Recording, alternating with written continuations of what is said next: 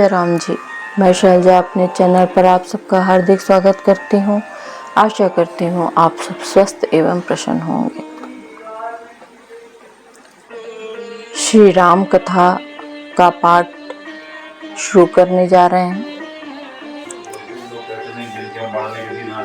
मैं पवन कुमार श्री हनुमान जी को प्रणाम करता हूँ, जो दुष्ट रूपी वन को भस्म करने के लिए अग्नि रूप है और जो ज्ञान की घन मूर्ति है, और उनके हृदय रूपी भवन में धनुष बाण धारण किए श्री राम जी निवास करते हैं।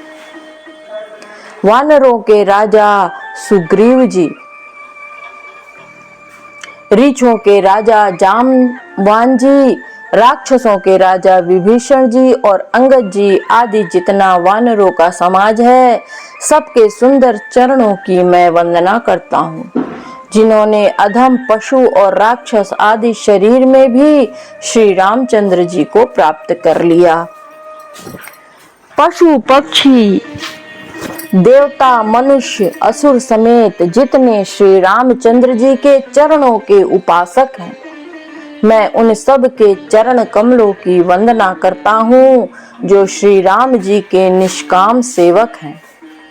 शुकदेव जी, सनकादि, नारद मुनि आदि जितने भक्त और परम ज्ञानी श्रेष्ठ मुनि हैं, मैं धरती पर सिर टेक कर उन सबको प्रणाम करता हूँ। हे मुनीश्वरों, आप सब मुझको अपना दास जानकर कृपा कीजिए। राजा जनक की पुत्री, जगत की माता और करुणा निधान श्री रामचंद्र जी की प्रियतमा श्री जानकी जी के दोनों चरण कमलों को मैं मनाता हूँ, जिनकी कृपा से निर्मल बुद्धि पाऊं।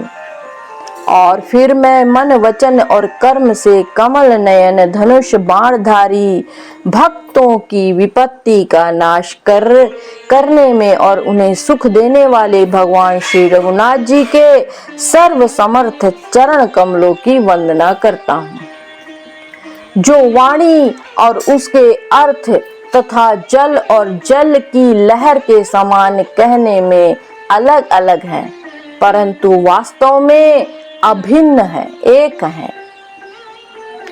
उन सीताराम जी के चरणों की मैं वंदना करता हूँ, जिन्हें दीन दुखी बहुत प्रिय हैं।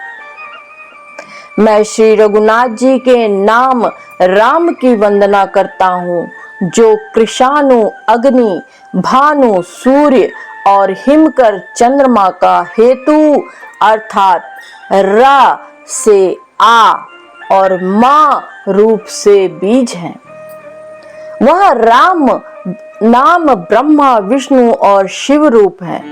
वह वेदों का प्राण है, निर्गुण उपमा रहित और गुणों का भंडार है,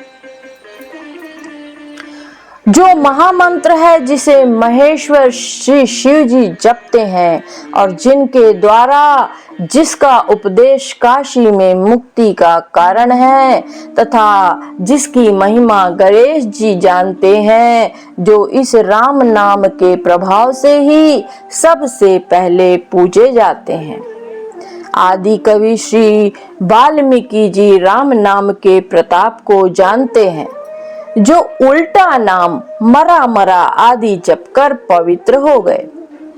श्री शिव जी के इस वचन को सुनकर कि एक राम नाम सहस्त्र नाम के समान है, पार्वती जी सदा अपने पति श्री शिव जी के साथ राम नाम का जाप करती रहती हैं। नाम के प्रति पार्वती जी के हृदय की ऐसी प्रीति देखकर श्री शिव जी हर्षित हो गए और उन्होंने स्त्रियों में भूषण रूप पतिव्रताओं में शिरोमणि पार्वती जी को अपना भूषण बना लिया, अर्थात उन्हें अपने अंग में धारण करके अर्धांगिनी बना लिया। नाम के प्रभाव को श्री शिव जी भली भांति जानते हैं, जिस प्रभाव के कारण कालकूट जहर ने उनको अमृत का फल दिया। श्री रघुनाथ जी की भक्ति वर्षा ऋतु है। तुलसीदास जी कहते हैं कि उत्तम सेवक गणधान है और राम नाम के दो सुंदर अक्षर सावन भादों के महीने हैं। दोनों अक्षर मधुर और मनोहर हैं, जो वर्णमाला रूपी शरीर के नेत्र हैं, भक्तों के जीवन है तथा स्मरण करने के लिए सुलभ और सुख देने वाले हैं, और जो इस लोक में लाभ और परलोक में निर्वाह करते हैं, अर्थात भगवान के दिव्य धाम में दिव्य देह से सदा भगवत सेवा में नियुक्त रखते हैं। ये कहने, सुनने और स्मरण करने में बहुत ही अच्छे, सुंदर और मधुर हैं। तुलसीदास जी को तो श्री राम लक्ष्मण के समान प्यारे हैं। इनका र और म का अलग अलग वर्णन करने में प्रीति बिलगाती है, अर्थात बीज मंत्र की दृष्टि से इनके उच्चारण, अर्थ और फल में भिन्नता दिख पड़ती है, परंतु ये जीव और ब्रह्म के समान स्वभाव से ही साथ रहने वाले सदा एक रूप और एक रस हैं। नर नारायण सरिस सुभ्राता, जग पालक विशेष जन त्राता, भक्ति सुति कल करण विभूषण, जग हित हेतु विमल विधुभूषण। ये दोनों अक्षर नर नारायण के समान सुंदर भाई हैं। ये जगत का पालन और विशेष रूप से भक्तों की रक्षा करने वाले हैं। ये भक्ति रूपिणी सुंदर स्त्री के कानों के सुंदर आभूषण अर्थात कर्णफूल हैं, और जगत के हित के लिए निर्मल चंद्रमा और सूर्य हैं। ये सुंदर गति मोक्ष रूपी अमृत के स्वाद और तृप्ति के समान है। कच्छप और शेष जी के समान पृथ्वी के धारण करने वाले हैं। भक्तों के मन रूपी सुंदर कमल में विहार करने वाले भौरों के समान हैं, और जीव रूपी यशोदा जी के लिए श्री कृष्ण और बलराम जी के समान आनंद देने वाले हैं। तुलसीदास जी कहते हैं, श्री रघुनाथ जी के नाम के दोनों अक्षर बड़ी शोभा देते हैं, जिनमें से एक रकार छत्र रूप रेफ से, दूसरा मकार मुकुटमणि अनुस्वार रूप से सब अक्षरों के ऊपर है। समझने में नाम और नामी दोनों एक से हैं, किंतु दोनों में परस्पर स्वामी और सेवक के समान प्रीति है, अर्थात नाम और नामी में पूर्ण एकता होने पर भी जैसे स्वामी के पीछे सेवक चलता है, उसी प्रकार नाम के पीछे नामी चलते हैं। प्रभु श्री राम जी अपने राम नाम का ही अनुगमन करते हैं, नाम लेते ही वहां आ जाते हैं। नाम और रूप दोनों ईश्वर की उपाधि हैं। ये भगवान के नाम और रूप हैं, दोनों अनिर्वचनीय हैं, अनादि हैं, और सुंदर शुद्ध भक्ति युक्त बुद्धि से इनका दिव्य अविनाशी स्वरूप जानने में आता है।